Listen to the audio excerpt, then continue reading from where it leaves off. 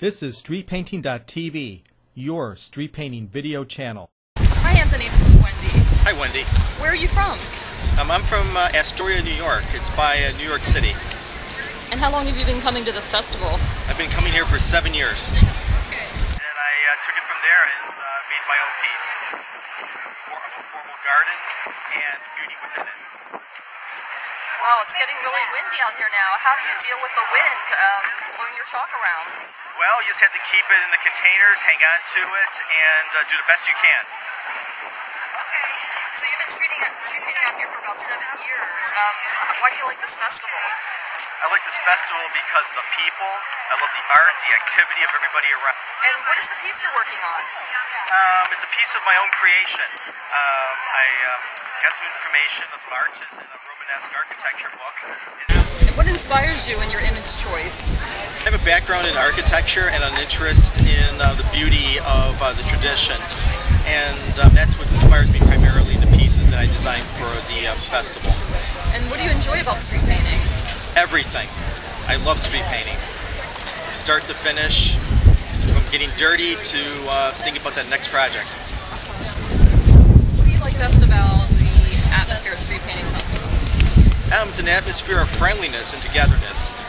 You're at the festival, you're together with your fellow artists and the fans who appreciate the beauty of the work. And it just works out very well. Do you find that the audiences vary from one festival to the next? Somewhat. I mean, people vary from location and parts of the country, but the unifying interest in art is almost the same at every festival that you go to. Okay, let me ask you some technical questions about what you're doing. How do you start? Like, if you've got the blank asphalt, the black asphalt, how do you actually get your sketch or your image down? Well, it varies. In some pieces you can take a stick and attach a chalk to it and do some sketching and create your piece in that way. A popular one among many artists is to create a grid. We use a traditional snap line and make thin lines and then draw your piece off of your design that you come to the asphalt with originally. So do most people actually use a sketch and a grid and then they put a sketch in it, or do people freehand? Depends on the artist. Some artists who are doing a reproduction would grid the reproduction and sketch it at the base level and enhance it on the ground. And the more seasoned artists would, if they so desired, just sketch right away without the grid. What is the most difficult aspect of street painting for you? Probably, making sure that you're doing it to the way you feel is your best performance, and then with the clock, the ticking of the time. Those are the most difficult things, but the creation itself is the most pleasurable part of the process. Do you find you get a lot of feedback from people walking around and looking at your street painting? Pretty much, yes.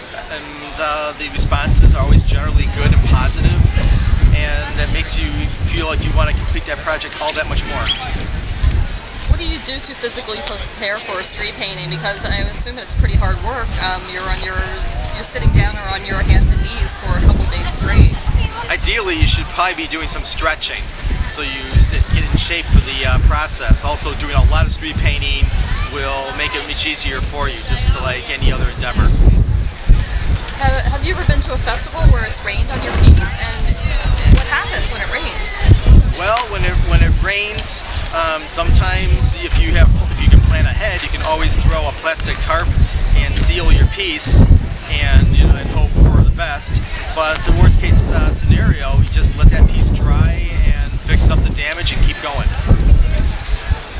And I guess my final question for you would be, whenever you're finished with your street painting and the elements wear it away or it gets washed away, like, how do you feel about your image leaving?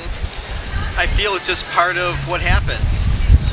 Initially you feel bad, but then you come to accept the fact that it's just part of the temporal process of street painting, and then you start thinking about, how am I going to do that next one? It'll always be in some form of media. Great. Anthony, thanks for talking with us today at StreetPainting.tv. My pleasure.